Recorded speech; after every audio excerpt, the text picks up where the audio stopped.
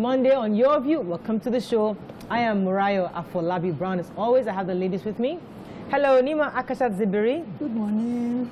How you doing? I'm fine. No, I'm grateful. Our 200 participant training that the siblings flagged off is ending today, tomorrow.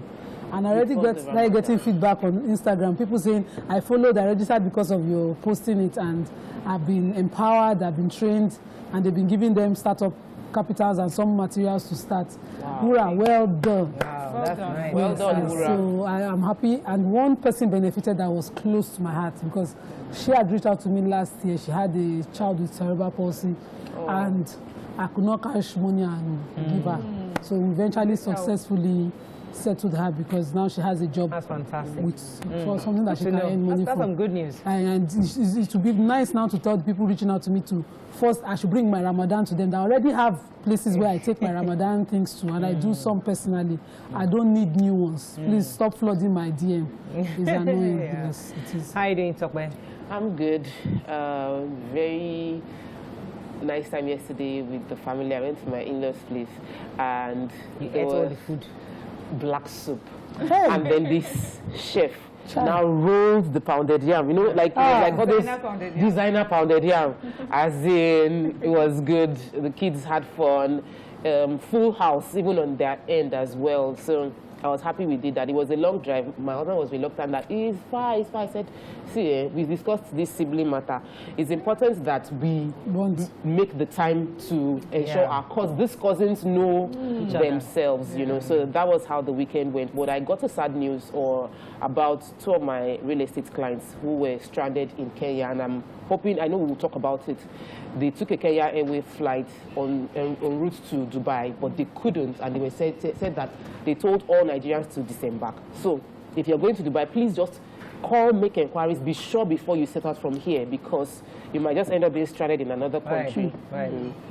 How are you doing, Mariam? I'm doing fine. I love your outfit. You look beautiful this morning. Blinging. And even the hair, the makeup. Are you going out? No, I'm going nowhere. But Lifestyle with ML Community, challenge for this month is self-love. So I have been trying to be deliberately, doing stuff to make me happy. So this self-love challenge really came about because sometimes when you're doing this healthy lifestyle, you're meant to be eating right, doing the exercise. It's not like you do not know what to do, but mentally you just can't bring yourself to do it, or you don't enjoy it. And many times it's just because we never really pay attention to ourselves. So I'm challenging all the ladies of the community and everyone watching, just take deliberate steps to appreciate yourself, to acknowledge your worth and your value. Fantastic. And everything will be fine. Good. I mean, that space of positive energy. I'm trying to flush out all the negativity around me. So I'm really being very deliberate in what I do, who I talk to, who I engage with, and all that. But today, by God's grace, I'll be attending the Costa Awards on the island at Ebony Light Place today, 2 to 6 p.m. I believe. And they're going to be giving quite a few number of media personalities. I would thank God I was nominated, and by God's grace and mercy, I'm one of the. Why are you rushing? Say small. Yeah, that's how I talk. So by God's special grace and mercy, I'll be picking up an award today. Thank you very much, and I appreciate that. So I'll be there. Just different. Like you're getting an award. Enjoy it. You're nominated. You're getting an award. That's part of self-love. When something good happens to you, enjoy it. Yeah. Okay. So hey, Nikoshi. Let's go and bring come back and go through the front pages of the papers. Stay with us. We'll be right back.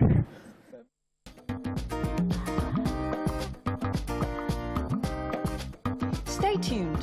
Your View will be right back. Right, we're going to start with The Nation. 774,000 public jobs workers protest unpaid 20,000 naira wage. Remember that money that they were fighting for? Okay, Okonjo-Iweala, I will drive global trade, says World Bank. Queen Philip's death left a huge void. Southeast governors launch a Bubeagu security outfit. Makinde Fayoshe factions battle for slots at the PDP Congress. NBA urges probe of military invasion in Benue. And Nigeria needs 1.4 trillion to bridge telecoms access gap. All right, let's start with the major headline, please. So we know these 774,000 jobs.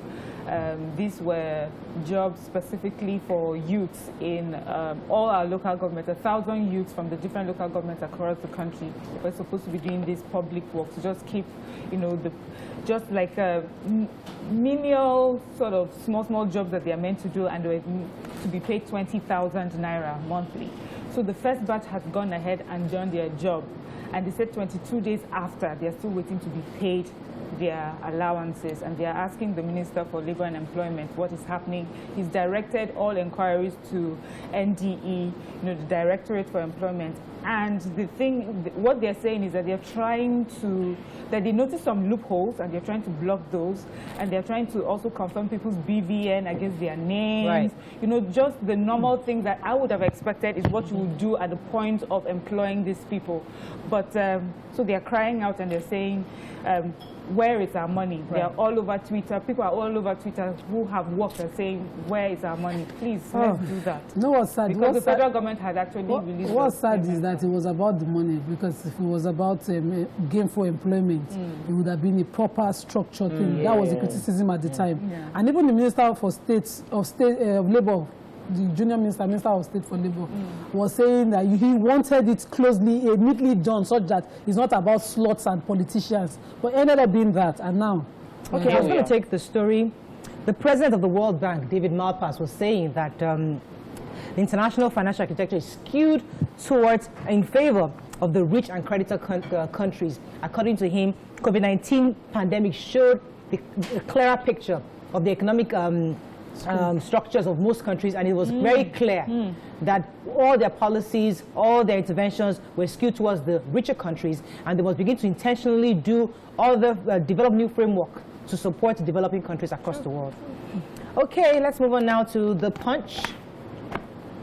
Rising debt. DMO blames COVID-19. Experts say borrowing from CBN dangerous. Electricity generation falls to 3,922 megawatts in 11 plants idle. Petrol, Tokumbo motorbikes, antibiotics, Nigeria's major import, says NBS. Why Aisha kept mum on Buhari's other room comment, says biographer. Hijab, Kwara directs to 10 short mission schools to resume today. Ramadan, look out for moon, Sultan tells Muslims. And Ogun, kidnappers in army camouflage flee on bike with 13-year-old boy, demand 50 million naira. Which story are we taking? Let me take the headline, major headline first. So we have a rising debt situation. Debts, we're borrowing more money. According to the DMO, the last year borrowing was 5 trillion, over 5 trillion. And he was reacting to the statement by the governor of Edo State saying that we don't have a debt crisis. Our debt ratio is still within reasonable limits. We're at 21% and we have 27%, and we have a limit of 40% for our country. The LCCI, however, Lagos Chamber of Commerce Director General, Dr. Muda Yusuf, contradicted that in saying that we already have a 17% inflation, which means everything is more expensive right now. And that's the problem that will happen when we print more money. Printing is not the solution, borrowing is not the solution, and that is not a long-term approach. And he also verified the fact that what Edo State governor said was nothing new, but we should just, what are we going to do to address the situation on ground? All right, let's pick on. Obviously, this is contradicting. See, everybody knows that. We all believe that Nigeria has money, but obviously, I think we don't pay attention to finance stories. We're going to be talking about Secretary's comments today, so we'll talk more about it. Yes, we've dropped from 4,000 megawatts to about 3,922 megawatts, from 4,394 megawatts as of Sunday, 6 a.m. And this is because 11 of our power generation plants are idle. They're not working. They were not working as of 6 a.m. on Sunday morning. So we know across board that we have power issues. We have about Geregu, Sapeletu, Olorushogo, Motosho, and Bari, amongst others that are not working right now. We had these issues when the ministries were on, 3 ministries were on one person, and we thought, okay, if we have one minister handle things, we'll have better, we'll have an improvement. But we have the power ministry standing alone now under one minister, and 11 power plants are not working. That means businesses will be relying a lot on diesel, extra cost under this present already, you know, hardship across businesses. I think we should do more for our people. All right, we can't one more story. across papers without solution. So in Kwara State, we remember the 10 mission schools that have been on lockdown since the protests concerning the hijab. Mrs. Kemi Adeosun, the Permanent Secretary, Ministry of Education and Human Capital Development, is saying that those schools are to resume today. A letter was written to parents. They're asking them to resume so that they can make up for the time lost when the schools were closed, and then other schools will resume much later in the month. So that's good to see that they are asked to resume school and then get ready for the exams that are forthcoming. Okay. So let me take the story of imports and exports. According to the Nigerian Bureau of Statistics, people should pay attention to what they are saying. Our import and export has been done largely with like 4 countries, 5 countries, India, Spain, Netherlands, US, and China. And what we've done mainly is export our crude oil and natural gas, and we've imported mainly PMS, that's our petrol, and we've also imported used vehicles, motorcycles, and antibiotics. So this is where our forex is going to, and if we can produce this here, it will reduce the burden of imports all the time. Okay, moving on now to the Nigerian Tribune. Makinde Fayose in final showdown as 743 delegates elect 22 officers. FG to meet striking judicial workers today. ASUP rejects federal government's appointment of rectors for 5 new polytechnics. Southeast governor sets up joint security outfit codenamed Ebubeagu. Matawali's attack on Southerners reckless, insensitive, says Gani Adams and Yoruba group. Printing money to augment allocation poses threat to Nigeria's future, says experts. Okay, let's pick 2 stories here, then we're going to break. Judicial workers, because okay, go ahead. That's closer to home. The Minister for Labour has finally agreed to meet with them today, 2 p.m. And they are saying that even though the chief judge of the country, of Nigeria, had called a meeting and asked them to stall this strike, he did not have the powers to deliver what their demands are. So they didn't obey that. They are hoping that with the meeting with the Minister for Labour today, they can get to some headway with this strike. Okay, so the strike continues. Southeast governors have come together and finally have decided that they are also going to start off their own security outfit for that region. And it will be called Ebubeagu. And really, it's because of all the fights that's been going on, the killings, the burning down of stations in the southeast. Did you get the meaning of that? Something about tiger. Oh, I read it somewhere. Okay. I'll get the tiger thing. So it means something about tiger. Oh, that's nice. I'll check the name in. So we're tigers here in Nigeria. Yeah, we are. I'm attacking with the southeast. We are tigers in the southeast. I love it. Yeah. So, anyways, they're saying that they're going to be working together as a region to make sure that there's peace in that region, but they also insist that grazing still remains banned in the southeast as far as they are concerned. And the headquarters for Ebubeagu will be in Enugu State. So we wish them all the best. This is in response to all the prison breaks, the continuous attacks in the southeast. But I'd like to hear where the governor of Imo State and his minister for information, his commissioner for information, where they would lead with their allegations of last week, saying that they thought they had a cause or somebody sponsoring what was happening in that state. And I would like before we're going to break now, but I was going to take the story on the rectors. So ASUP is saying that the polytechnics that were set up in Enugu or York Cross River, Plateau, Borno, the universities they appointed 5 of those 6 were appointed without proper credentials for that role. So according to them, they said that the appointment of the rectors of these polytechnics is in violation of the provision of the Federal Polytechnics Amendment Act 2019, as 5 of the 6 rectors are not qualified for the position. So they're asking that to be... ASUP has been on strike, and their demands have not even been met. Yes, and they're saying that strike continues. Okay, let's go on a quick break. When we come back, we continue with the front page review. Stay with us. We'll be right back.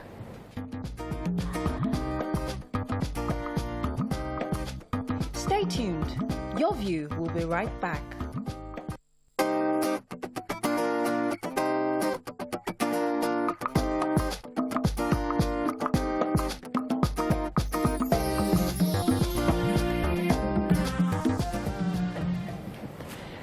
Thanks for staying with us. So there's a story in Tribune that I want to take about reps propose upward review of derivation fund from 13 to 20%. You want to take that? So yes, the House of Representatives, when they resume after their Easter break, which they have not resumed yet, they will be discussing how we would have upward review of derivatives. So now you know that every region that collects, is an oil-producing region, gets 13% derivative from the revenue that comes from oil. Now the reps are proposing that will be increased to 20%. The Constitutional Review Committee is chaired by Honorable Idris Wase. I know everybody in Nigeria is asking for this, like Wase. The real cocoa that we're discussing is decentralizing the center. Yeah. Everybody should control their resources. Own their resources and say, but so why are we now doing constitutional review that does not reflect the mood of the country? So we'll just do this one again, and then they're still clamoring. Can the representatives of the people listen to those that they are representing? Simple. Okay, moving on to Daily Sun. Tension as death toll in Boko Haram attack hit 7.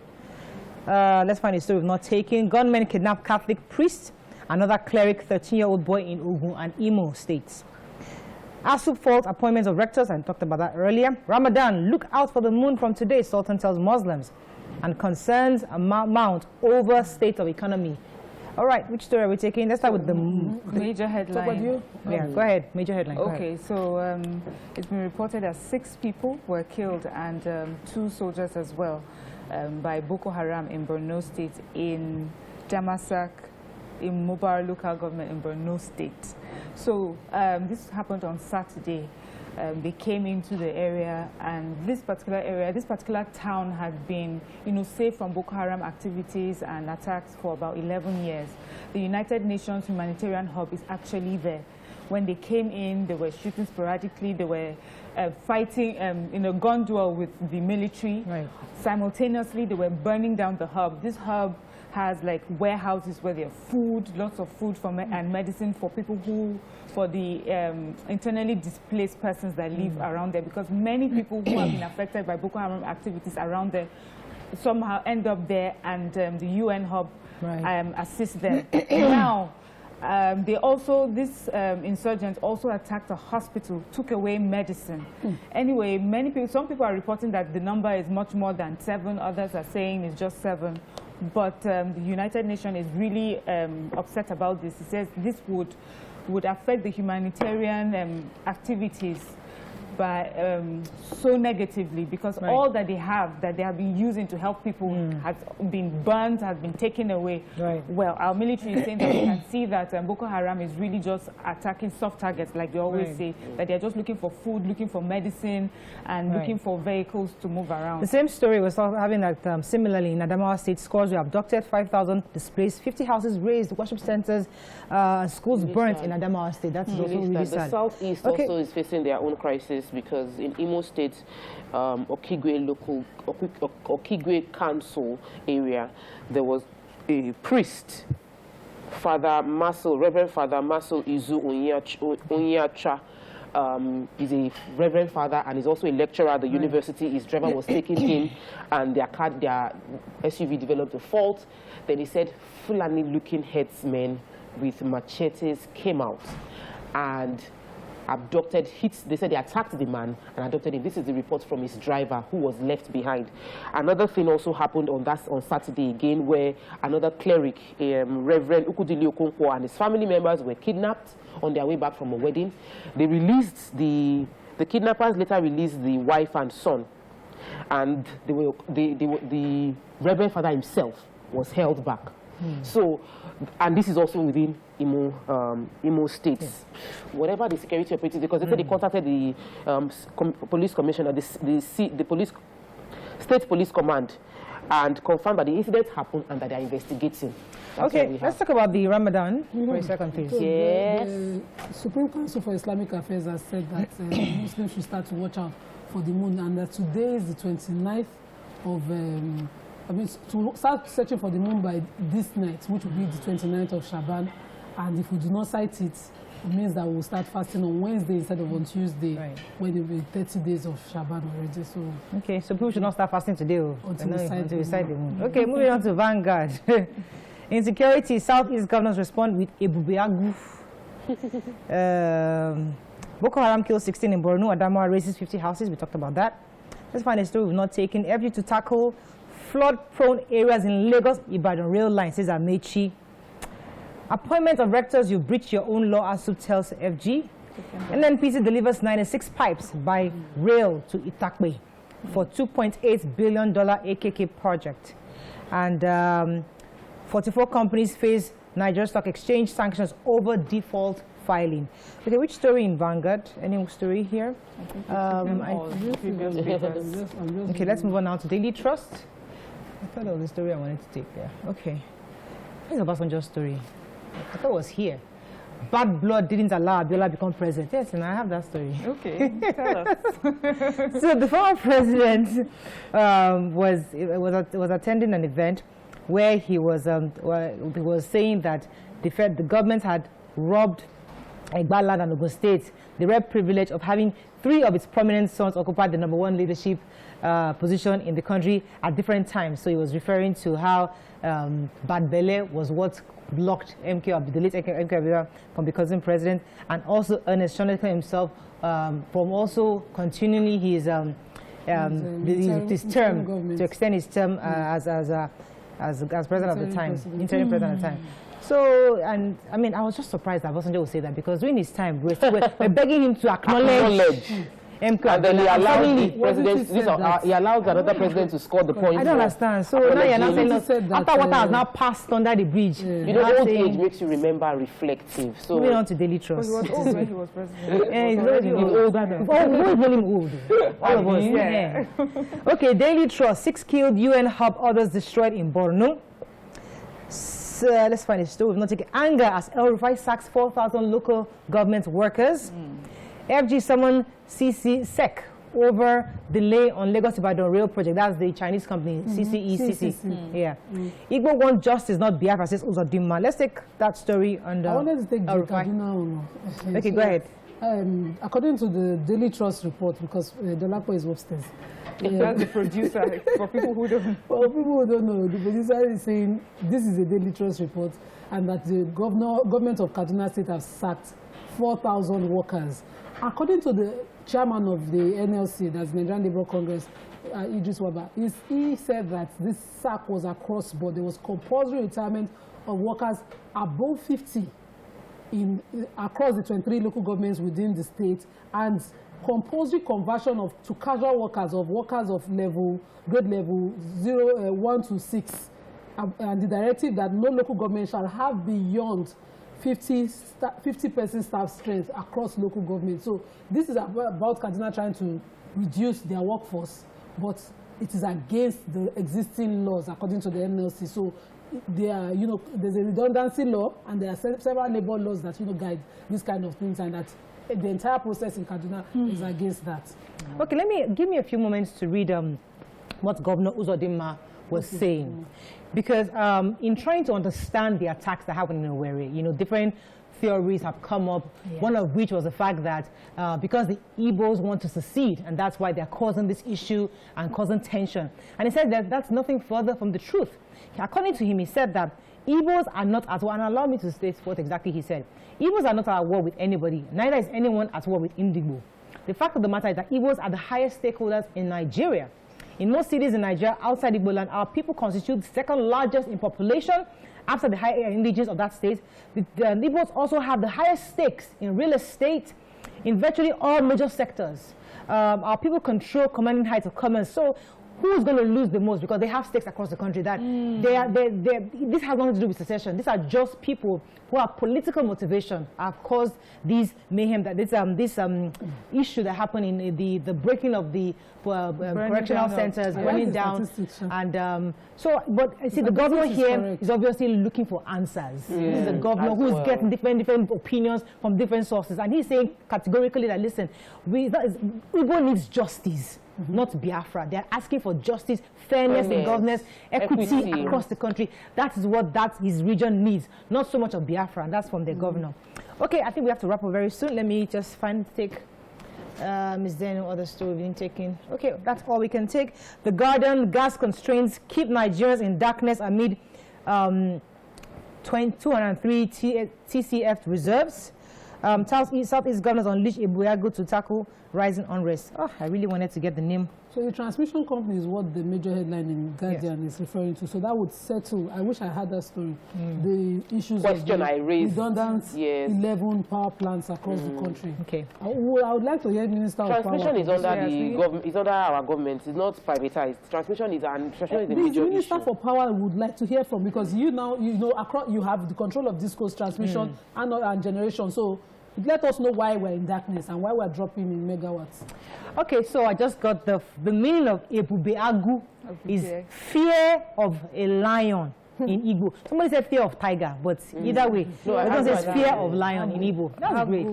Agu. So we are okay. That's fantastic. I heard. What's Dimma? I don't know. I hear them say it. Fear of lion. Yeah, that's right. That's what's up. So when I taking lion, when I taking Amuteko. So Ebube is fear then, because all my neighbors should Ebube. I thought Ebube was good. Fear of God. Fear of God or something. Oh, Ebube Dike. Ebube Dike. Yeah. Okay. So it's fear. Look at that. This should have been in the where are you? Anyways, let's go to a break. When we come back, we talk about hot topics today. Stay with us. We'll be right back.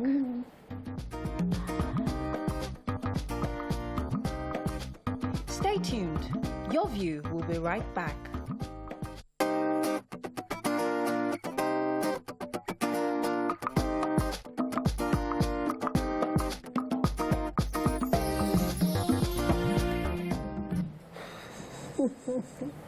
Thanks for staying with us.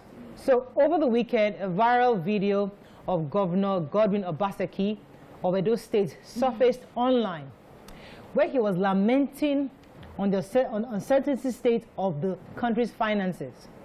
According to him, the rising debt profile is worrisome and dependence on crude oil is no longer sustainable. Tell us something we don't already know. Now, according to him, he says when we got to the Federal Account Allocation Committee, that's FAC, meeting for March, the federal government had, according to him, printed additional 50 to 60 billion naira for them to share. Now, according to him, the economy is no longer what it used to be, and obviously we have to find different ways of generating internal revenue across the states. What are your thoughts on this? Now, of course, CBN has come out to say, you don't know where he got that information from, that who told him that they are printing, that he has to substantiate his claims. But he didn't know that was being recorded at the time. So he was there opening up to his entire team that, listen, Nigeria is not what it used to be. The economy is not what we used to think it was. Right now, we don't have money in essence. What are your thoughts on this? You can call us on 091-390-76948. You can also call us on 081-270-53687. You can tweet to us at TVC Connect. Please hashtag YourViewTVC so we can read your tweet. So as I said earlier, he's not telling us something we don't already know.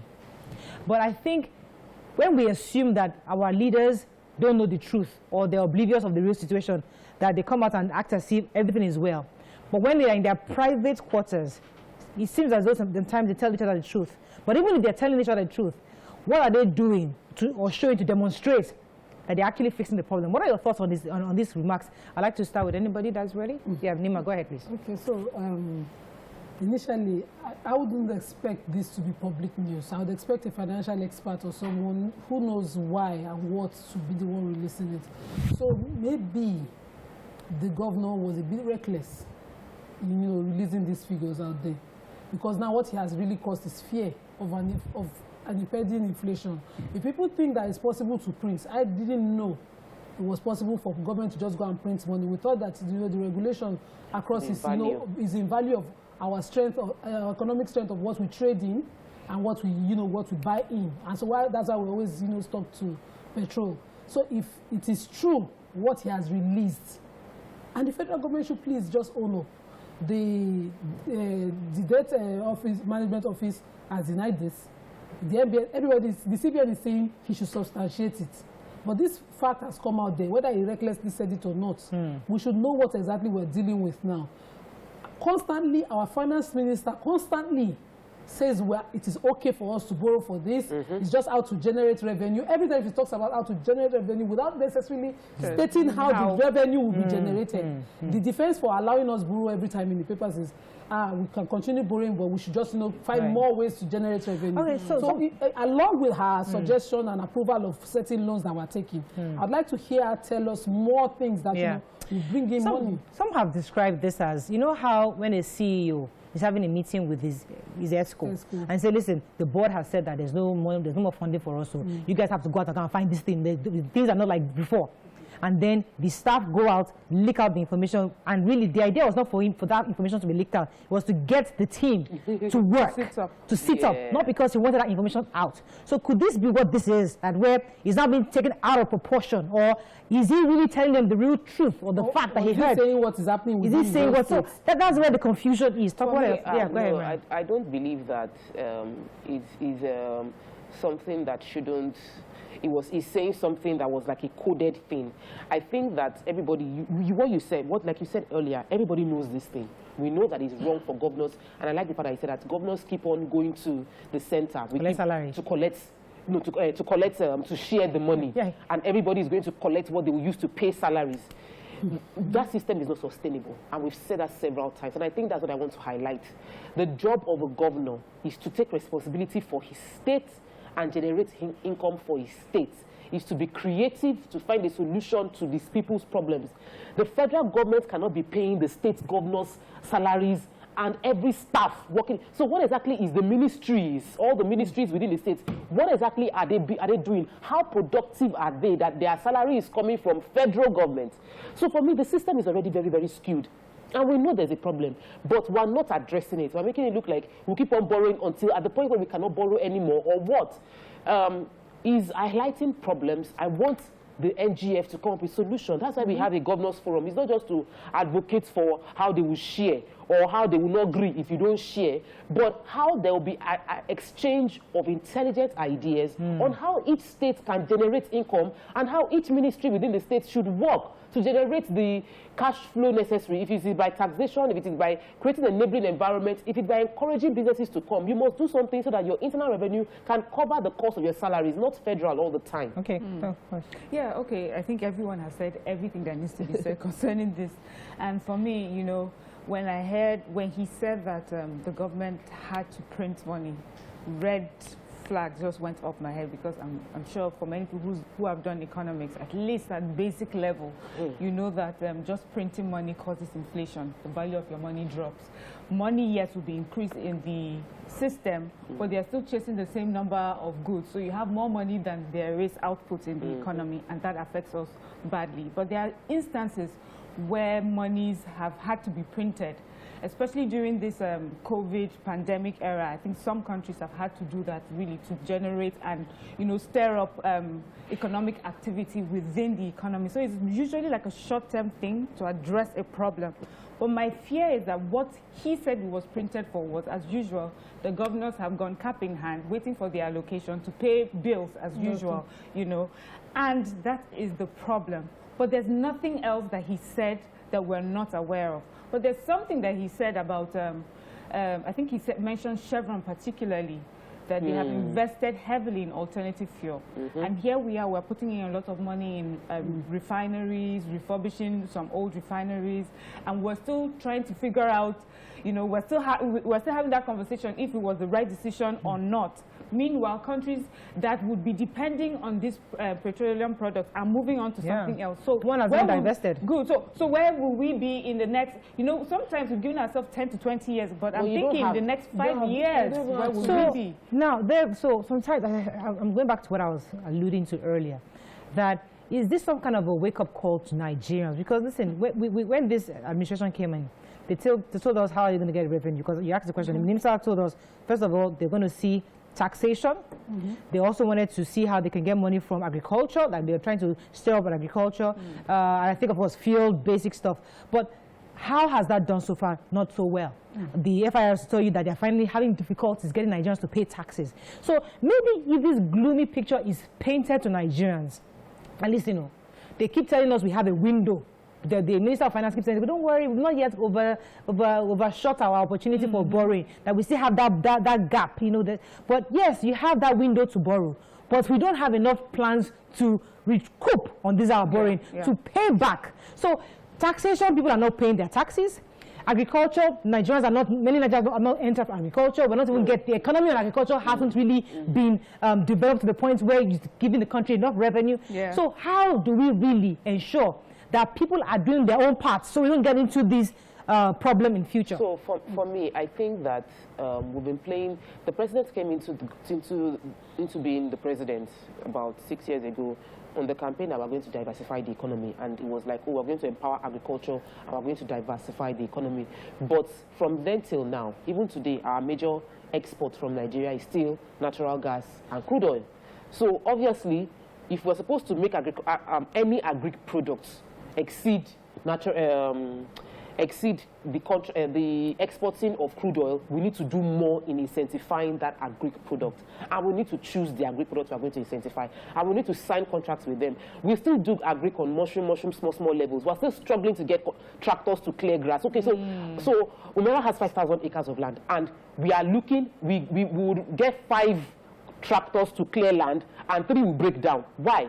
We don't have incentives on clearing of the land. If you provide that to clear land, people will farm the land. So there are many forests that are available for farming, and yet we don't have. We're playing lip service to encouraging agriculture, and we know that agriculture would employ more people. We're playing lip service to developing the value chain, knowing that it is in that value chain that will grow.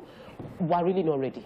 Okay, let me go on a quick break. When we come back, we'll bring in an expert to shed more light on this topic. Stay with us. We'll be right back.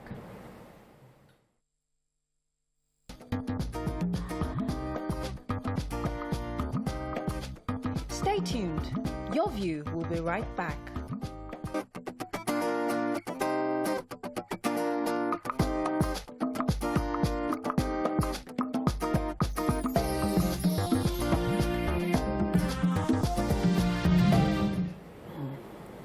Thanks for staying with us. So with us now is Professor Olufemi Shebu. He's a professor of economics and director, Institute of Nigeria, China Development Studies, University of Lagos. Welcome to the show, sir. Are you there? I'm here with you. Good to have you on the show. So we're discussing the statement made by Governor Obaseki concerning the state of the Nigerian economy and the fact that there's a possibility that the CBN is printing 60 billion naira for the various governors to share. Of course, he also reminded us that many countries are divesting from petrol, crude oil, because everybody, they're looking for alternatives. In Nigeria, what do you think about what he said, first of all? Yes. And what would you propose can be our next steps from this?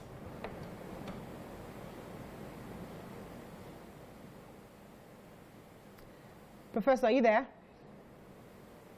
Okay, I'm told. Yes, I'm here with you. Okay, yes, go ahead, please. You heard my question, correct? Okay, so number one, I think we need to understand the situation that the country is at the moment. And number two, the options that are available for the government when and then again, what exactly the print of money implies, as well as what at least it can do and it must be used for. And before we can look at the alternatives that we can adopt, every government in the world always find this what they call revenue are not synchronized automatically. In most cases, expenditure comes before revenue come around, and the government must ensure that the economy keeps running, and therefore they need to look for means of ensuring that the government is not shut down, the system is working. And so when for at least these kind of alternatives, and the alternative that's always available when situation like that arises is looking at the ways and means of CBN. By Nigerian Central Bank law, at least it permits CBN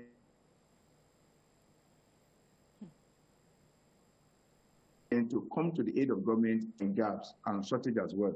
So over time, the government has been using this approach to be able to meet these in spending gaps as well. But the question is this: should we go that line? Number two, to what extent should we rely on it? And again, like Dr. Salami said at that time, that CBN not to become a piggy bank for the government. But the facts remain that in the reliance on domestic finances,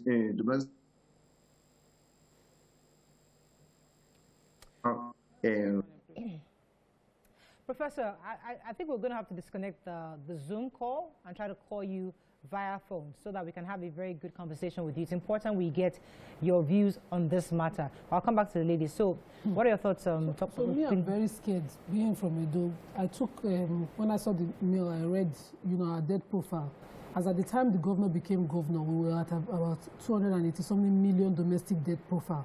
And under his watch, we grew from that to 95.69 billion debt profile in 2019, according to the Daily Trust report that I read. And that's according to what the our DMO office, released. And I was wondering, in that short period of time, we just grew our debt profile, but we didn't grow our economy as a state. This is a state I know have strong young youth population, and they have a vast amount of arid land in the state. I grew up, my grandfather a farmer, and I know that if they were to go into agriculture in Edo State, the number of plantains coming to Lagos all the time is from Benin. So what exactly was the governor doing to, to encourage, business activities within the state before you now have to fall into this category of, always relying on the federal allocation? I want a situation where even every state, because he also released the week before saying that other states are in debt, and he highlighted Lagos State. But we know what Lagos State generates every time in the internal generated revenue. They release the figures publicly, and they are calm, they're able to borrow and meet up development. Right. But Edo State Let me take this call from Bernard, Port Harcourt. Bernard, are you there? Yeah, good morning. Morning, you're live. Go ahead, please. Okay. What I want to say is that many rational Nigerians are clamoring for strong institutions. When we have strong institutions, we will not talk about whether federal or state.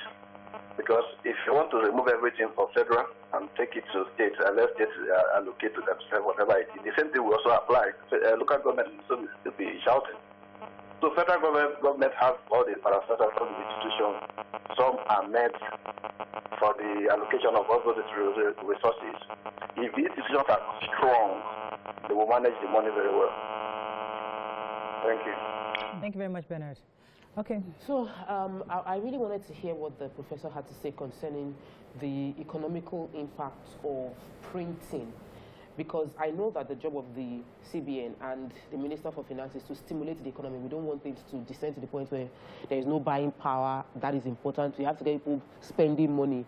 But I wanted a breakdown of the impact of that printing and how the loss of value is affecting us all.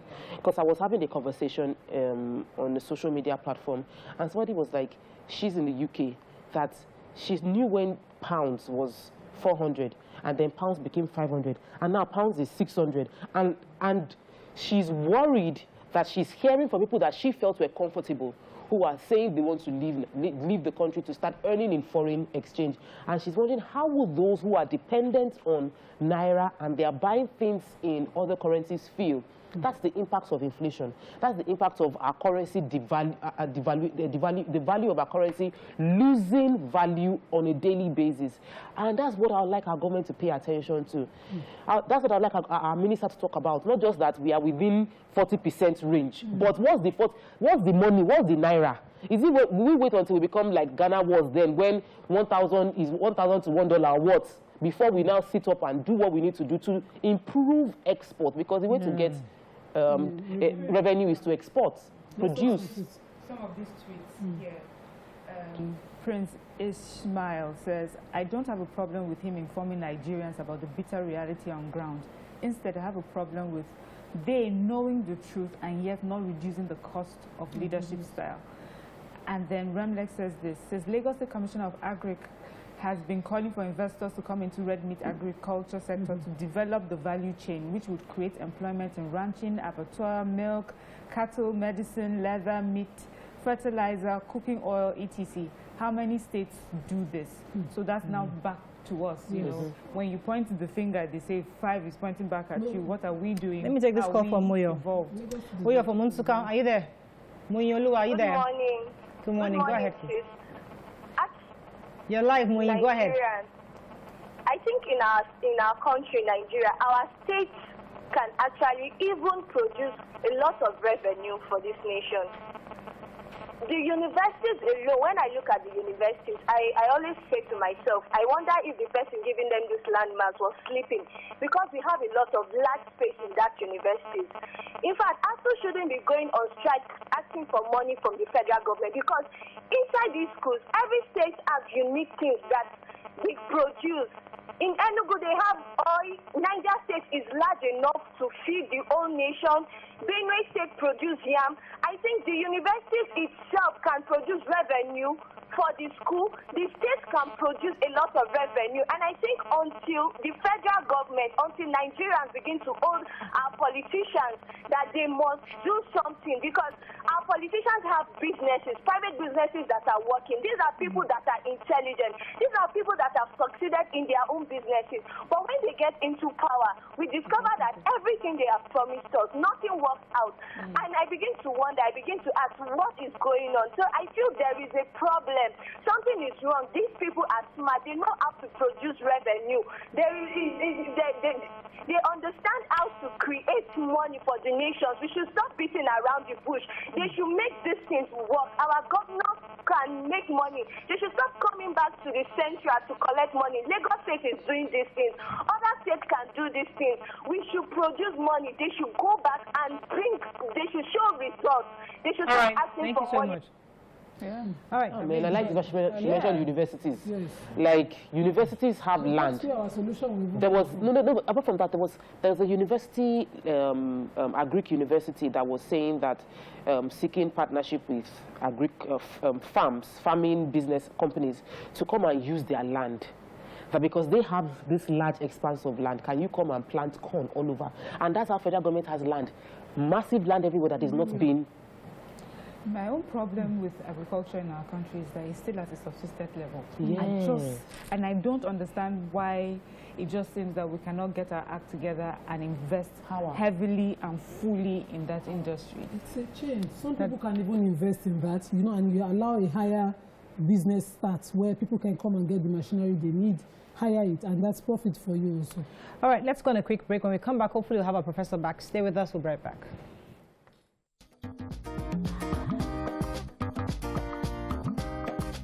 Stay tuned. Your View will be right back.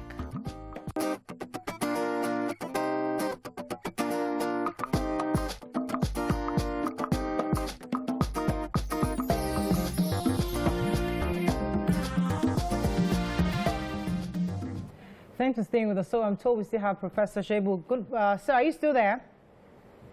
Yeah, I'm here. All right. So I know Tokwe had a question for you because we want to go straight into the solution of this. Yes, Tokwe, concerning the printing. I wanted to ask. I wanted you to break down the challenges with printing money, the impact of printing money on our economy and on individual, like how a Nigerian watching right now will understand that if you print money, this is how it will make me feel. This is its impact on my account balance. Yes, the effects. Yes, when a country relies on printing money, the purpose is to inflate the economy, is to increase money supply in the economy, and the implication is that the purchasing power of the people will fall, and people will pay more for little they are buying, at least in the period when such inflation is prevailing. So it's affecting people seriously in terms of their power and income. However, we need to understand this very clearly. The government that's inflating the economy has a reason for doing that. And the reason, like I mentioned the earlier time, is to bridge the revenue gap. And if now that is done successfully, our focus therefore should be how and what we use such funding for. So in Nigeria, we need to shift our focus from even federal government as if they are magician, as the governor have said, that we look at what happens at state level, local level. This money that's been shared every month from this printing of money, what exactly do they use them for? If this money are channeled to new companies, new investments that are coming up, this investment again will be able to generate revenue from which tax will be paid, and then again that will be revenue based of government, and borrowing will be paid off. So the implication.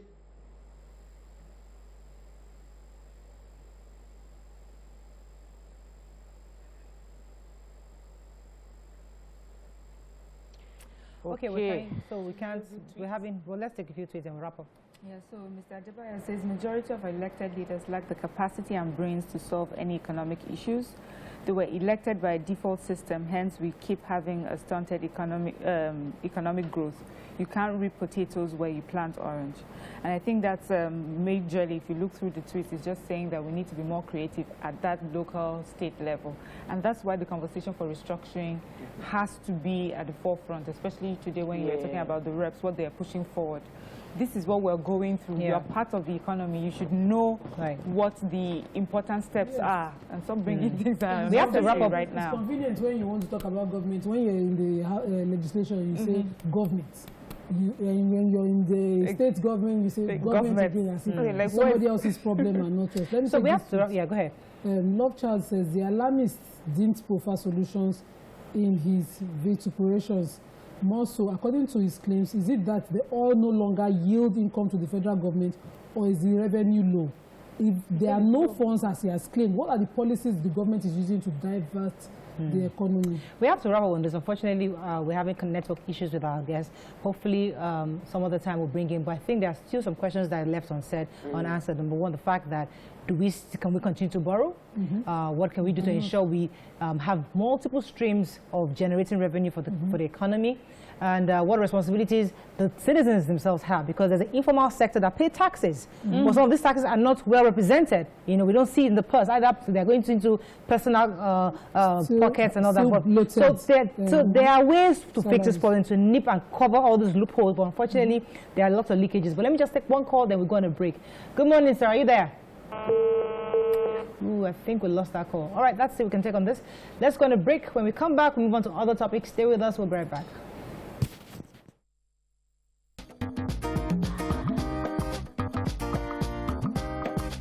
Stay tuned. Your View will be right back.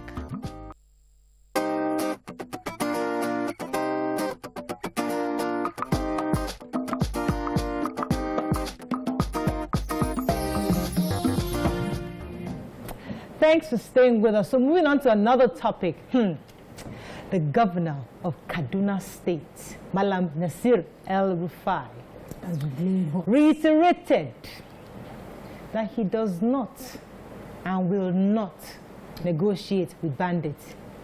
In his last statement on banditry, which has been generating quite a bit of mixed reactions among many Nigerians, he said, and I quote, "Even if my son is kidnapped, I would rather pray for him to make heaven instead, because I won't pay any ransom." Some are hailing the governor, but yes, correct guy, you're being patriotic. Others are saying that, why would you say that about your son? What are your thoughts on this? You can call us again on 08127053687 and also 091-390-76948. You can also tweet us at TVC Connect. Please hashtag your VTVC so we can read your tweets.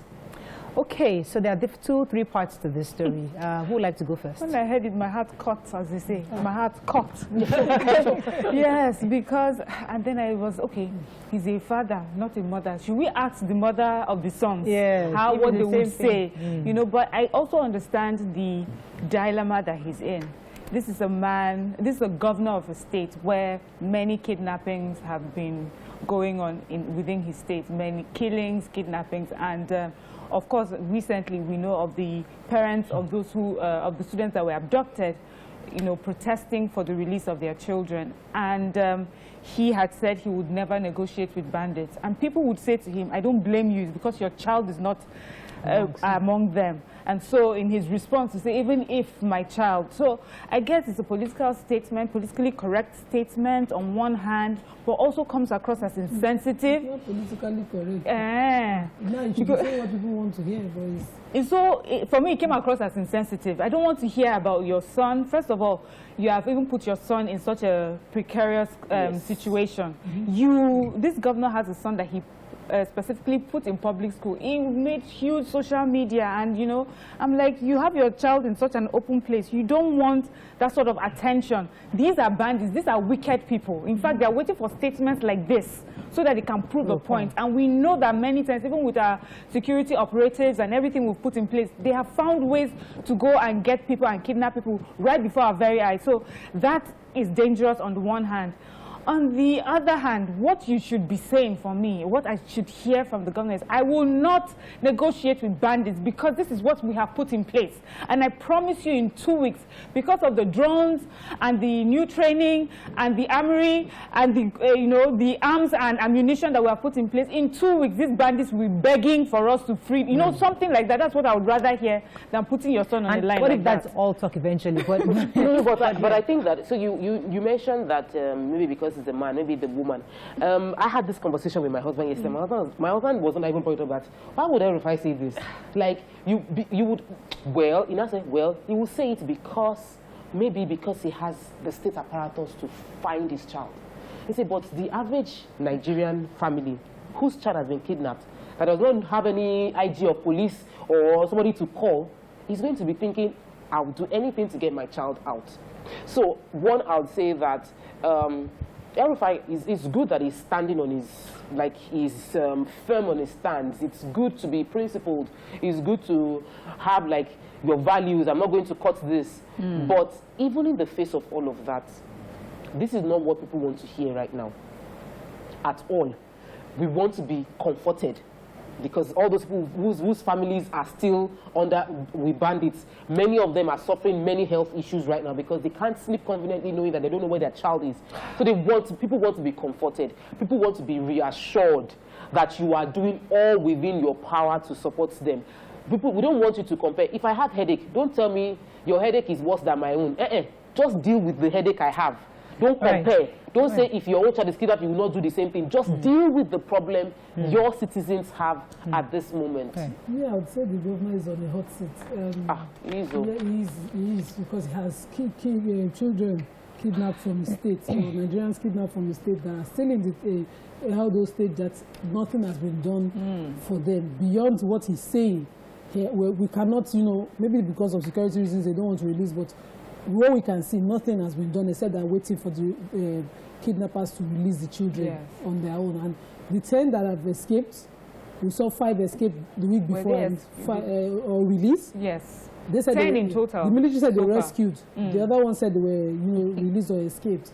And the 10 total that had to find their way home by themselves out of the 29. So I think the governor now feels the need to justify his earlier stand that I would not negotiate. He's also said that the bandits have no right to life under the Constitution, and that for the full weight of the law and the security law enforcement agencies should be taken on them, and wherever they are found, they should take the war to them. They should be killed. They should be and all of that, saying that this is not the time for us to be playing human rights about those issues. Because anytime the military want to take full action, you then see Amnesty International come and say that certain rules of engagement were not followed. He's saying that when it comes to these kidnappers and bandits, all those rules. Would you say that he's walking his talk? So he's just not telling you, I'm not going to negotiate. He's also saying that, listen, if it happens to my children, so be it. But let me take this call. I'll come back to you. Theophilus from Makadi, are you there? Yeah, I'm here. You're live. Go ahead, please. Okay, good morning. Morning. Morning. What I think this issue of El-Rufai, it's, he himself putting his foot very much on the ground. He's commendable. I know lives are at stake, but if he has to really stand by what he has said, if not now, then when? Look at all the rest governors have been paying ransom. Kidnappers, they come back and kidnap more people. We're talking about 30-something lives, out of which 10 have been released here.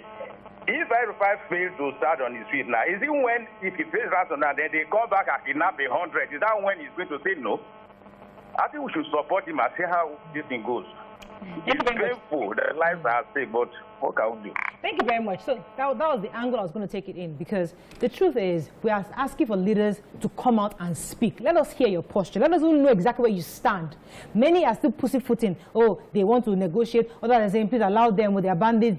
They are reasonably doing what they are doing because of XYZ reason. But this man is coming up, putting his foot down. Not only that, he's telling you that even happens to my child. Why are Nigerians not celebrating commending his stance? Or listen, regardless of what you people say, even if my child is concerned, I will just pray for him because I am not going to negotiate with these terrorists. I think people actually don't trust El-Rufai. You don't. Not me. Okay. Nigerians don't trust people. Some Nigerians. Okay. Because tomorrow, if it happens and he decides to do something for his child, you will have people across lines saying he did the right thing. Some people will be reminding him, you say he will not pay. Some people will be reminding, do you want him to leave his child to die? We'll be talking a different story there. You know, we would like to see the exception. If the 29 children kidnapped were some of his family members, maybe then we will trust what he's saying. But I think that El-Rufai has a bit of goodwill. There's a bit of trust for him because he's been someone that, especially with his son in public school, you know, that he's done a few things that would make us feel like we can believe him. So I don't think it's particularly a trust issue. I think it's anything you say will be used against you until you rescue those people.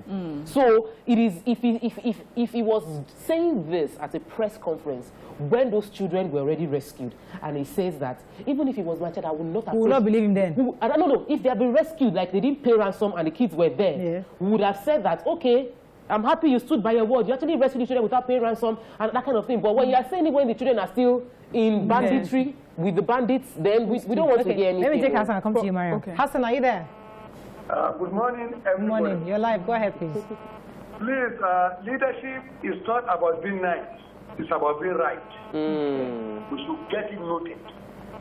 All this emotion you people are bringing to the table, I don't think that one can work at the temple of leadership. You are sitting comfortably well in Lagos here. You don't have problem. You understand? People are in Abuja talking.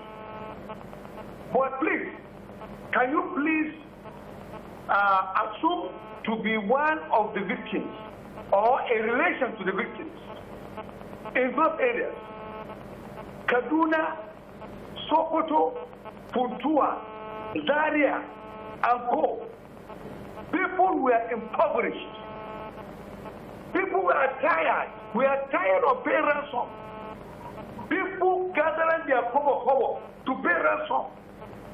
And a leader now come, he put his foot down that I will not pay ransom. When he refused to pay, some of the abducted children were released by force by those bandits. Please, we should learn to face them head on. Forget all these things like Shakara. You understand? It will soon go away with us if we put our foot down the way El-Rufai is doing. Good morning. Thank you very much. Just go ahead, Mary. Okay, so I was going to respond to your initial question, which is why are we not proud that he said that? And for me, that what he said is not really about trust, as you said, but it's about hope.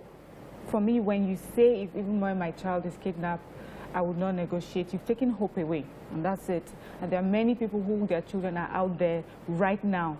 I read a post of one of my classmates, and she was like, her cousin had been kidnapped. She says, here I am, I'm quite cold and in the comfort of my house, and I'm wondering what my cousin is going through out there in the bushes. I know that on the one hand, Mr. Hassan can talk about people who have put their monies together and they have paid ransom and they have their family back. That's the difference. They have their family back. And when you have your family with you, then you can have this sort of intelligent conversation. The truth is that you must put emotions where human beings exist. It's a human thing. It's not numbers, it's not statistics. I'm happy if the governor feels that just being bold in your statement and just be, like what they call, Nigerians call it bold face, will solve the problem. I'm happy if that will solve the problem. But what we really want to hear from our governors and from our leaders, we don't want the back and forth with the bandits. Yes, we agree. But we want to know what you have put in place, what you are doing. We are tired of hearing every other day that people are being kidnapped, that people are snatched from their, children are snatched from their parents' arms, taken away from schools. You cannot take away emotions from those sort of things. And until you have your own child in the bushes, you're lying down in your bed morning after night wondering what they're eating, if they're being flogged. Sometimes they show us pictures and videos of people being beheaded. And you say that this is not emotional? I mean, it cannot be anything but emotional. So in going with that, because if we talk about emotions, now imagine if every single governor of this state took an El-Rufai stand, saying that we are not going to negotiate.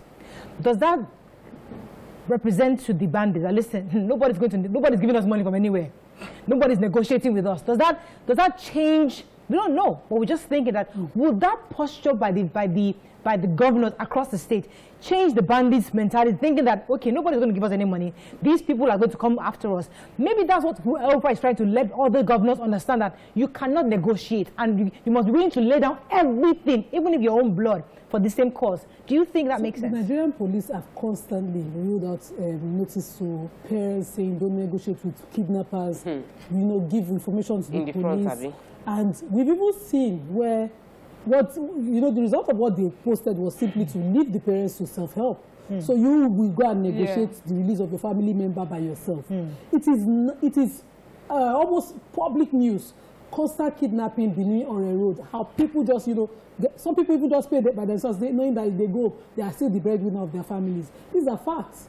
In the same Abuja-Kaduna, the Zaria Road was so prevalent for kidnapping those days that parents were constantly paying for their children to be returned before they did the railway across that area as a relief from what was on the road. So we know if a governor says I'm not going to negotiate, parents will find a way to find their children. If these parents of these children were not indigent parents, by now they would have found, insisted on being able to talk. Right, let me take this call from Mrs. Jacob. What happens across Nigeria? Mrs. Jacob, are you there? Yes, good morning, ma'am. Good morning, you're live. Go ahead, please. Yes, first-time caller. Welcome to the show. Yes, just want to say good morning to you, my big sis. My contribution this morning is just that maybe as Nigerians, we should just give El-Rufai kudos. Because for him to have come out to say that, I'm speaking as a mother now, I can't say that. And I wouldn't even allow my husband to make such a statement. But for him to have come out to say that, I think we give him a kudos. And we can see that in all applications, it's making a stand on not compromising. I think we need to give him a try on that and give kudos to him. That is just it. Thank you so much. Thank you, Mrs. Jacob. Yes, please let me quickly address your question. I think that I'm happy that the press release that was done by Shegumi and Obasanjo, former President Obasanjo, last week referenced the fact that there must be unity in how we're dealing with the insecurity challenge. Currently, we have some governors sympathetic to bandits. We have some governors, maybe not sympathetic, they are speaking. Yes, there are other governors that are speaking. No, she said sympathetic to bandits. Speaking in terms of this is who they are. Okay. This is how we should approach them. So we don't have a united front on how to deal with it. So Maria, I agree with you that if all the governors, if nationwide, there is a communique that is signed by every governor that no government funds will be used to pay bandits. And rather than pay bandits, this amount of money that has been spent over the past 1 year paying bandits will be used to do A, B, C, D to improve the security apparatus of each state. And then the governors, NGF, the Nigerian governors forum, also come up with that communique saying that families, please just give us 1 week before you consider paying. We would ensure that every kidnap, we deal with them in 1 week. That's the hope we want to. That's the assurance, that's the bravado, that's the bold face we are looking for. Thank you. That is exactly, we want that, and I believe United Front is what will work, because you cannot have them being able to run from one state to the other. Tope, you know how we heard of the American that was kidnapped, and Americans swooped in and saved them. So in the face of these possibilities, that people can actually be rescued, and then you have your own country say to you, boldface will make me, I mean, please, cannot, I mean, if it's possible that people can be rescued from another continent and get the person out, all I want to hear is how we're going to rescue. So is it possible that the governor knows that we have the capacity to rescue? It's not been done. And that's why he's saying that, listen, no matter what, we're not going to negotiate, because he knows, maybe they're not giving out the intelligence they have. They're just saying he knows for a fact that these people can be rescued. That's why he's putting his foot down. Because remember, they also have a report saying that this money is collected is what is funding Boko Haram. So he's also saying, listen, there's a ripple effect to this constant money that you're negotiating on. And we're not going to continue with it. We're going to put our foot down on it. The problem for me, I don't want him to negotiate with kidnappers. I want him to be able to rescue children. You know that kind of response that Governor Tom got because somebody just attempted his life. I'll talk about the 1,000 lives that they kill in Nigeria every day and nothing happens. Nobody even, you know, their families just find a way to bury them and move on. That kind of response is what he knows is possible. You should wake up that kind of effort and get it to work on in this situation so that we're not still sitting on your view, discussing, I will not negotiate. The children have not been released, they have escaped, they were rescued. You know, till now, the governors across states, even in the north, responded to kidnapping when they passed the law that if a hostage dies in custody of a kidnapper, is death sentence. They also responded to protecting the schools by the schools, whatever aid at the time. But all this failed. When you get in government and you know the prevalent problem of your people and you're on top of governance, you are doing the thing that you should do beyond this kind of speeches. I will trust you. Let me take this call from Victoria. Victoria, are you there? Sorry, we lost that call. Okay, we have to wrap up on this because obviously, I mean, it's important that we've shared our thoughts on it. But do you have any tweets before we wrap up? Go ahead. Do you have any tweets on Governor El-Rufai's stand? Yes. So, Atso says, firstly, is his son in Nigeria. Secondly, he should allow his son travel along Kaduna-Abuja Road without security personnel. It's a big lie.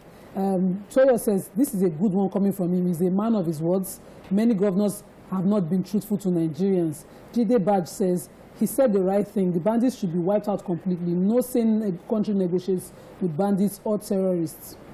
Okay, I have Prince Ajibode. Good morning, Prince. Are you there? Yes, I'm there. You're live. Go ahead, please. What happened with all these bandages is most of the governors, they don't want to put their hand on the blood. If they could have been killing them since all these days, all this should not be happening in Nigeria. If they have been killing them, they are from the day. Nobody wants to put their hand on the blood. Killing them, bring them down. The bandits. Okay. Yeah. Thank you, Prince Ajibode. You know what? That I was going to say. Okay, it's long. I was going to say that the bold face that the kidnappers will hear, that they will believe, is that when you catch them and put their picture on TV and everybody sees them, not the one that they will say, we went and we spoke to them, we know about them, we know of them. Do you understand? You bring them out, show us their pictures, show us where they live, where they went to primary, secondary school, who their friends are, who their family members are. That sort of thing will shake them. It's not this kind of See, this is one of the issues. We skim around the issue. We saw it happen in China. You prosecute you execute the execution. We practice a democracy. Yeah, that's the problem. Our president has said during his own time as a military general that all these due process. Simple. Our constitution guarantees life only to, you know, it qualifies it with a sentence or a death sentence. But then we get to the court, we cannot even prosecute Wadulu. Exactly. That we say to people that, you know, the facts are the Nigerian police swap, the military, we are clashing. We ourselves. When Jerry Lawrence wanted a change, we know how he went about it. I'm not asking for that kind of. But we know what China is doing. We know what China is doing. The point is that yes, we believe in due process, but your country is getting at a state of anarchy where people are being kidnapped. And here you are discussing and having conversations. One is saying we are negotiating, and now saying I'm not negotiating. We are in that state where somebody must take a critical decision. If we catch one bandit, we must show that we mean business. And how do you show it? Execution. But our president already said, let me take this fight. Our president shoot aside. Executive order. Are you shooting them aside? Yes. Our president said shoot aside. Let me take this call. I think I have Abubakar. Don't kill innocent people. Are you there? Yes. You're live. Go ahead, please. Reduce your volume of the TV. Please go ahead. Yes, I saw a topic, very important topic, especially looking at the situation we are right now. Yes, go ahead. So what I'm saying, this statement that our governor made, to me, is totally wrong, because it shows his weakness and his inability to discharge his basic duty. As a governor, you should protect your people first, not to be even bragging that if your child is kidnapped, you will pay a ransom, which means there is a room for kidnapping. Means your people are not living in a happy mode. You understand? We are living with our one eye closed, one eye open. Why? Because of their failure to check their duty. So when they fail and those kidnappers kidnap our people, they should do whatever they can do to rescue our people, whether by paying money for ransom or by using their security to go and rescue our people. But not for him to remain in the office saying he's not going to pay anything, while it's his responsibility. Nobody forced him to be in that office. He was the one who moved tirelessly day and night during rain, under the rain or under the sun, saying that he is capable of providing security for us. We put him in that office to protect us. When he fell and those kidnappers kidnapped us, he should use whatever means he has to rescue us, not to say he's not going to pay a ransom. Thank you very much, Abubakar. So there are different angles to this also, as we've been discussing.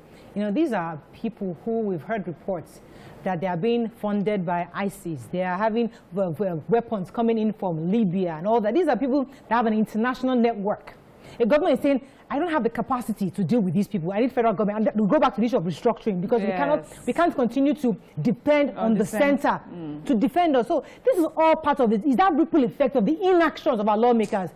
Fix this constitution, for heaven's sakes, such that everybody can now. So when you're having that revenue, that money for security, we can then hold you better accountable. Not tell people, sorry, they're not giving us money. You can now know that your governors are fully responsible. They don't have the capacity to deal with international networks. So just as you mentioned that they're united, the international network, we need a united front like Gumi and the Obasanjo had proposed, because just your stand by that you will not negotiate will not solve an international network problem. Just your stand. You have to be deliberate about what you're going to do to stop that influx of those people coming to destabilize your state or states around you. And even if it's the governor, because when he was the former governor of Borno, when it was his time, he would go to the federal government and demand that something is done to save his people in his state.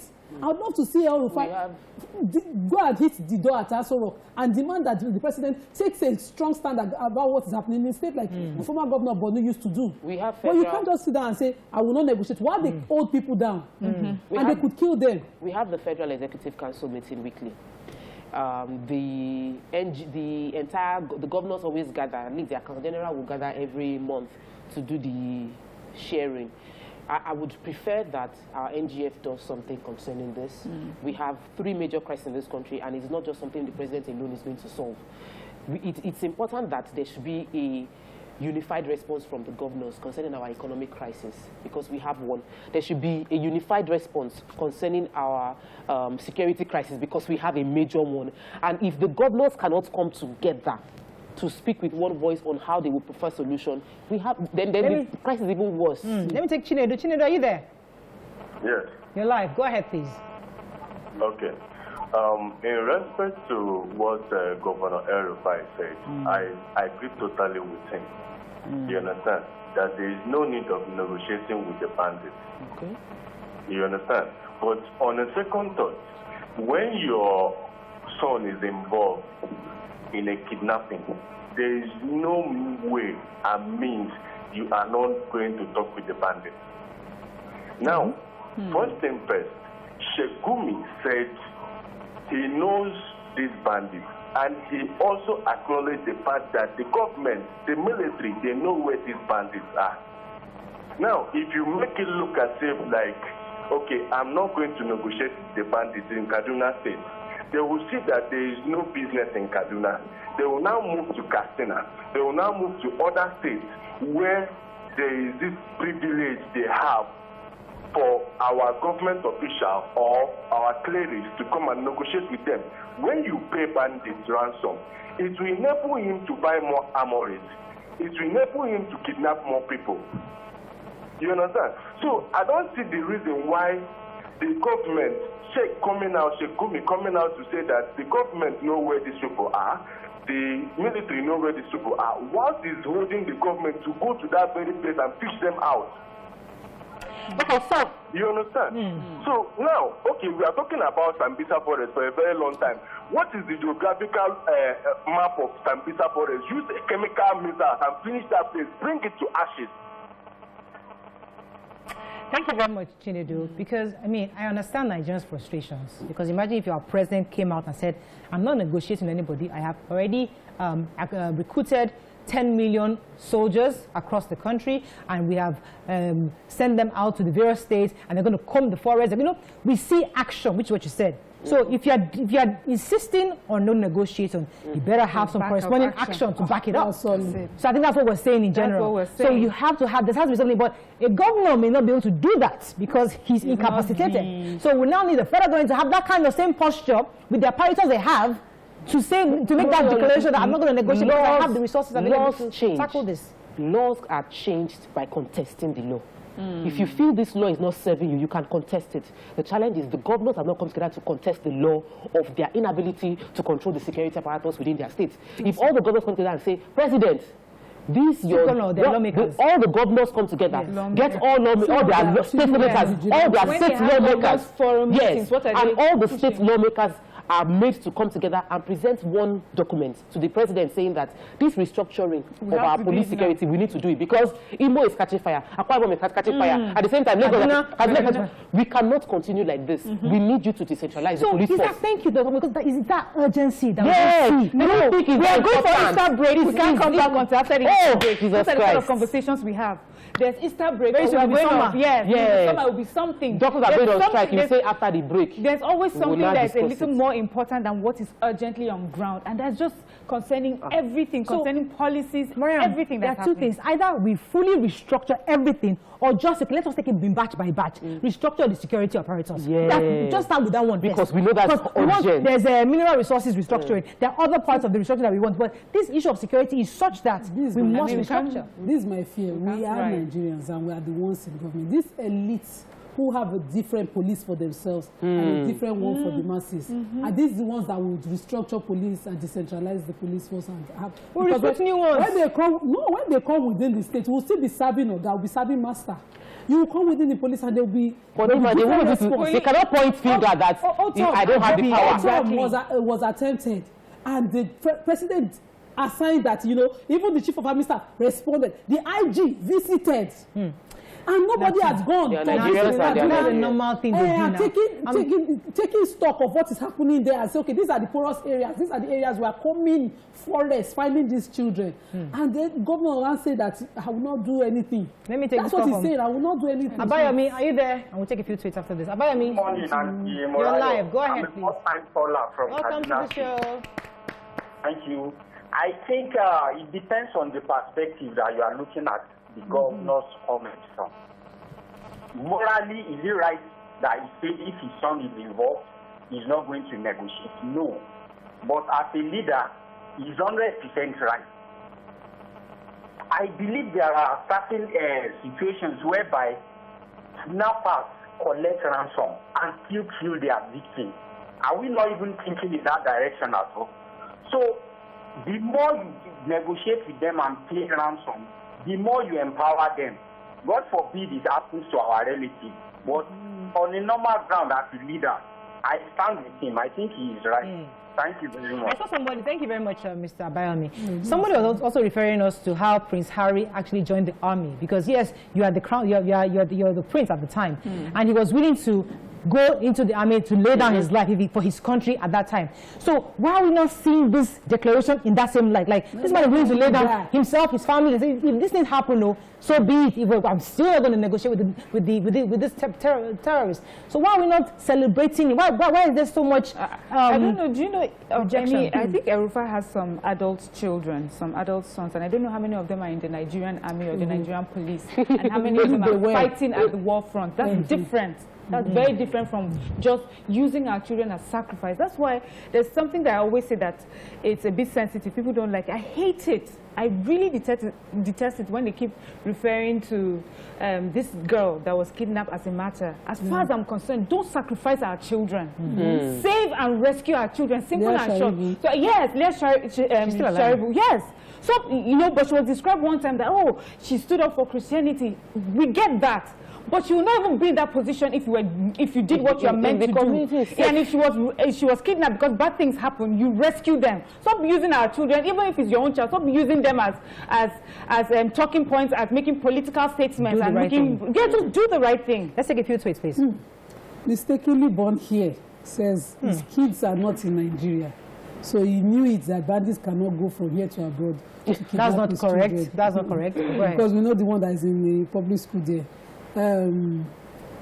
Okay, he says, I will not negotiate is not a sufficient strategy. It ought to be part of a larger framework for dealing with the problem. He's quoting me. Yeah.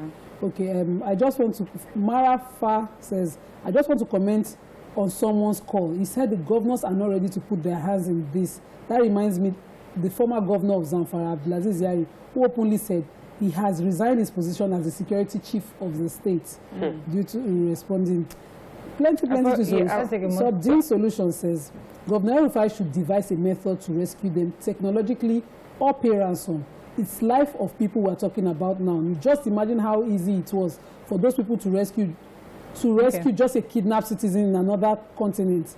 Security can surround their den. All right, let me take Aminu from Yola in Adamawa State. Good morning, brother. Morning, you're live. Yeah. In regards to what El-Rufai have said about bandits, we Nigerians should upload him and accept him as a good leader. El-Rufai has changed Abuja from what it used to be to what it is today. Go to Kaduna and see what it is in Kaduna. El-Rufai is one of the best Nigerian leaders. So whatever emotions and sentiments anybody can hold against him, he remains one of the best leaders of our generation. We applaud him, we encourage him, and above all, we wish him, madam. Okay, thank you. Nobody is not, we commend him, we know his pedigree. Yeah. But these are lives that we're talking about. Is there another thing we can do aside not negotiate with the bandits to rescue the children? See, a criminal forever remains a criminal. Good. A criminal should be killed, should be wiped out by whatever means by government. So we should all agree. Criminality does not know where anybody is coming from. He's a criminal. That's true. Whether it is Sheikh Gumi or Obasanjo or anybody that is saying that he needs a negotiation with criminals, it's not fair to Nigeria. Right. We should treat criminals as criminals, madam. All right. I just want to say something. You know, many times when we talk about our leaders and we criticize something that they have done, people take it like we're criticizing the whole thing. So yes, many times on this table we have talked about some of the things that the governor of Kaduna State has done for the states and how he has helped. I know recently they talked about the drone that will be sending medicines from, you know, like the city areas to remote rural areas. That is fine. We are talking about kidnapping, whether we like it or not. As great as the governor of Kaduna State is, as you have claimed, kidnapping is happening in that state. Kidnapping is happening along the road, traveling to that state and from that state. Children, as of today, have been abducted and nothing has been done concerning them, apart from the 10 that we earlier mentioned who sort of have been released. And what we want to hear from the governor concerning security in Kaduna State, concerning children that have been kidnapped, is how to get them back.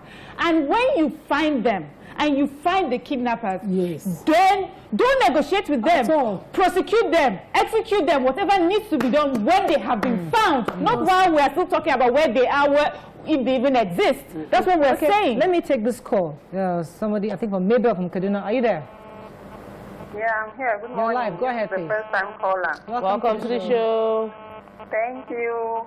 Well, I'm from Kaduna, and this issue is really worrisome because these children who have been kidnapped, I'm talking from the point of view of a mother. I have children, and if it happens that my child gets kidnapped, females are being raped on a daily basis on these kidnappers' dens. And then the government is telling us they don't want to negotiate with terrorists. Is it until this girl gets pregnant for these terrorists before this man will do something? He is saying if it is his child, okay, these are not your children. The parents are worried that their children are still there, and you're not doing anything about it. What of you seeking help from the international bodies to, invade these terrorist dens and get these children out? You're not negotiating, you're not doing anything about it. Then what are we doing to help the situation? Okay, thank you very much for that. See, another angle that I saw somebody was mentioning the fact that when the U.S. was looking for Osama bin Laden, they didn't mince their words. It was really, really clear that, listen, we'll find you wherever you are, no matter how long it takes. We saw both presidents before, Obama also mentioned this, Bush, yes, I'm trying to remember. Bush and then Obama, George Bush. When they were, the rhetoric was the same across board.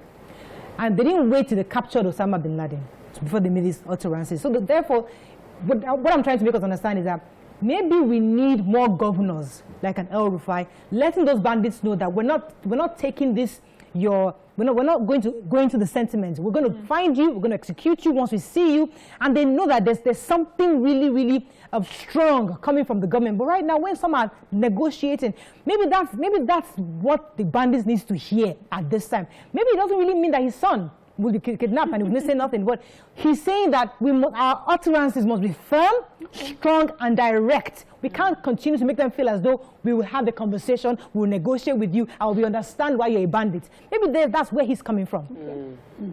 Well, action, they say, speaks louder than words. So I've said it all already. We've heard you. Yeah. Don't negotiate. Okay.